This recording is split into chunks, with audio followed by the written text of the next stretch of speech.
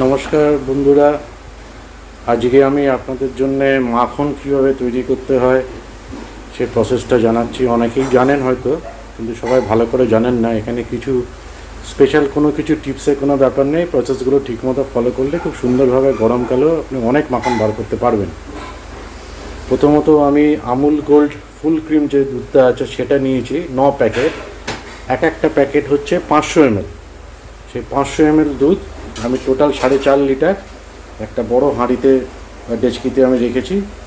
সেটা আমি ভালো করে জাল দেবো।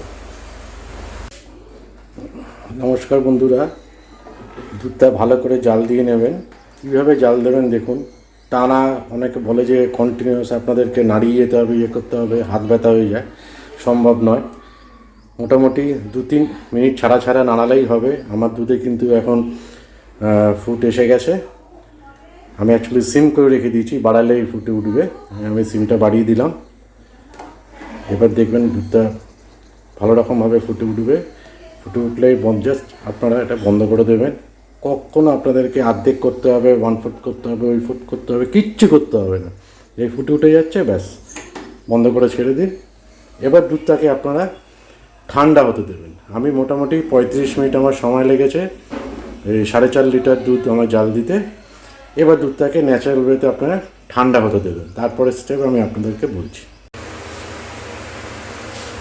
এবার আপনাদেরকে আমি যেটা লাস্ট দিন বললাম, যে দুধটা আমি রেখেছি ফ্রিজ থেকে এবার আমি বাইরে বার করে আনলাম। এবার দেখবেন কত মোটা সর পড়েছে, এবং স্টেপ বাই স্টেপ আপনারা ফলো করবেন কীভাবে আমরা এই সর থেকে মাখন তৈরি করতে পারবো। দেখুন কীরকম মোটা সর পড়েছে।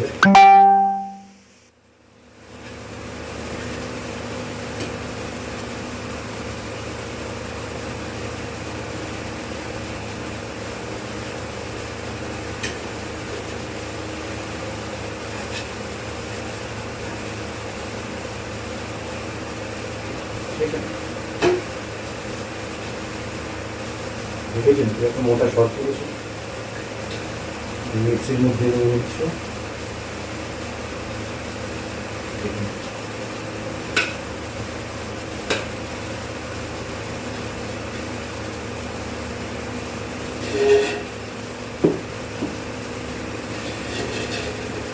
সাইডে যা যা আছে এগুলো কাচিয়ে নেবেন, এগুলো থেকেও মাখন বেরোবে।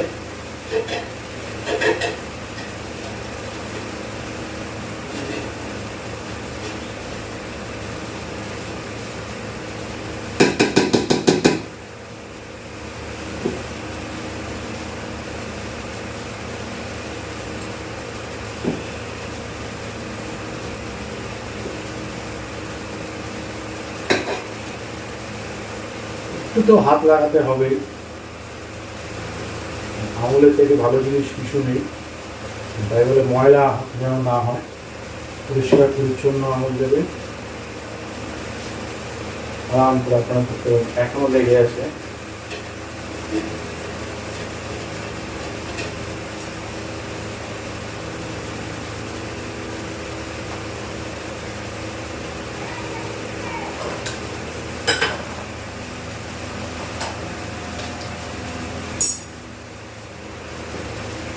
আমি এবারে একটু বরফ নিয়ে আসবো, তার সাথে আমার ঠান্ডা জলও দরকার আছে। আচ্ছা, এখানে একটু দুধ রয়ে গেছে, যতটা সম্ভব দুধটা কাটিয়ে নিতে পারেন।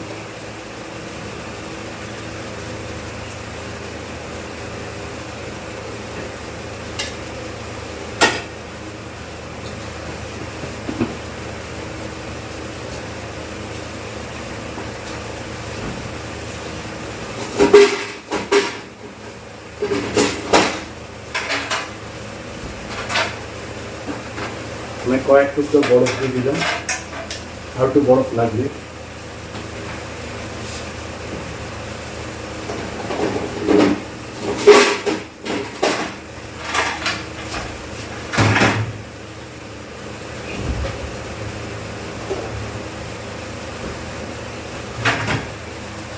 ঠান্ডা জলও অল্প লাগবে,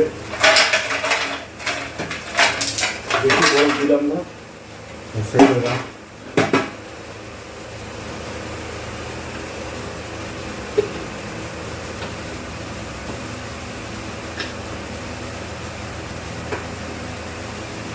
मिक्सी ऑन करी तो आवाज हो मानी भावे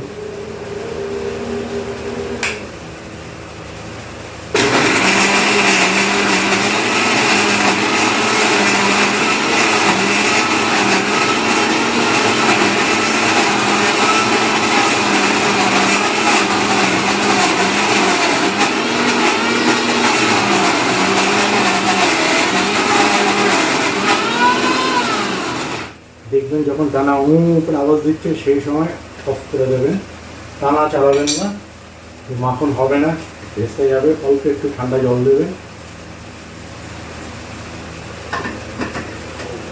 এই হাফ কাপ মতন জল দেবেন, আবার চালাবেন, থেমে থেমে চালাবেন।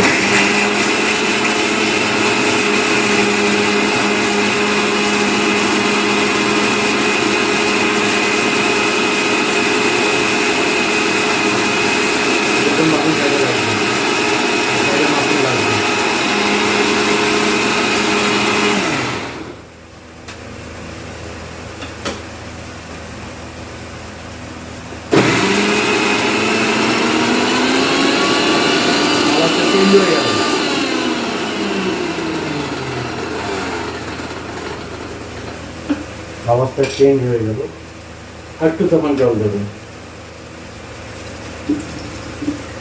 একটু জল দেবেন।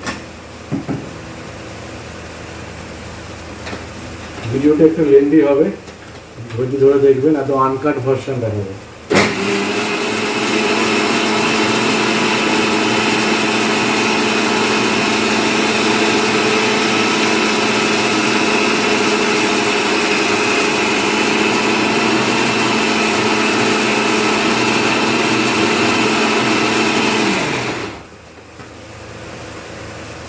মোটামুটি মাখন হয়ে গেছে, দেখতে পারেন মাখন আমাদের কমপ্লিট রেডি। এই দেখুন কতটা মাখন হয়েছে। এটা আস্তে আস্তে করে কাচিয়ে নিতে হবে।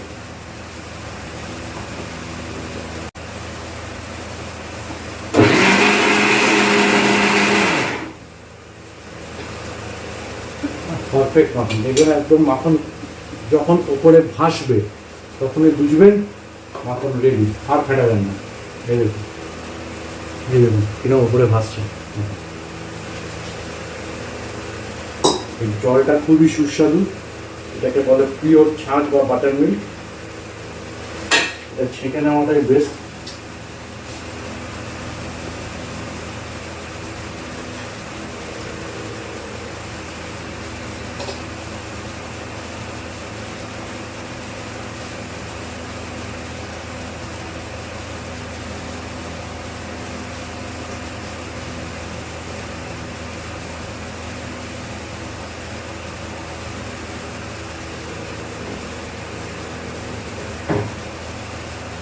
এই হচ্ছে পিওর বাটার। এবার এটা এই হচ্ছে পিওর বাটার। এবার এটাকে একটুখানি জল দিয়ে ভালো করে পরিষ্কার করতে হবে, এটাও দেখাচ্ছি।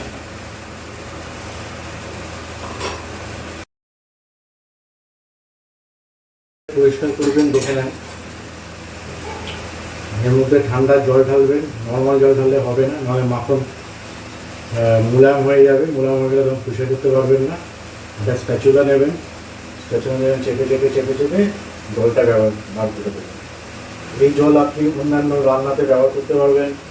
আপনি এই জল দিয়ে নর্মাল আটা মাখতে পারবেন। আপনি এই জল তরকারিতে ব্যবহার করতে পারবেন। চিকেন বাটার মশলা তৈরি করতে গেলে যে মাখনি মাখনি যে ভাবটা থাকে সেটা আপনি এই জল দিয়ে ব্যবহার করতে পারবেন। এই জলটা অনেক কাজে, তবে বেশি দিন আপনি জলটা রাখতে পারবেন না, খুব বেশি হলে হয়তো 1 থেকে 2 দিন তো ফ্রিজে। আর এইটা হচ্ছে পিওর বাটার মিল্ক, এটা মাখনের জলটা বেরিয়েছে। এটা অতি সুস্বাদু খেতে, এটা যে পায় সে জানে। ক্রমশ জলটা সাদা সাদা, এই সাদা সাদা ধুলাটা থেকে ক্রিস্টাল ক্লিয়ার ওয়াটার হয়ে যাবে। তখনই বুঝবেন মাখন আপনার পরিষ্কারভাবে ধোয়া হয়ে গেছে। 2-3 বার ধুলেই হয়ে যায়, অতবার না দিলেও চলে। এবার আমি একটু ফিল্টারের জল নিয়ে ধুচ্ছি, মানে বেশি শক্ত হয়ে গেলে মিক্সি থেকে বার করা টাফ হয়ে যাবে।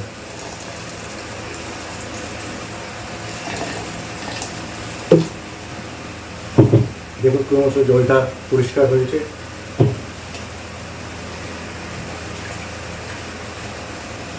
এটা পিওর হলুদ মাখন।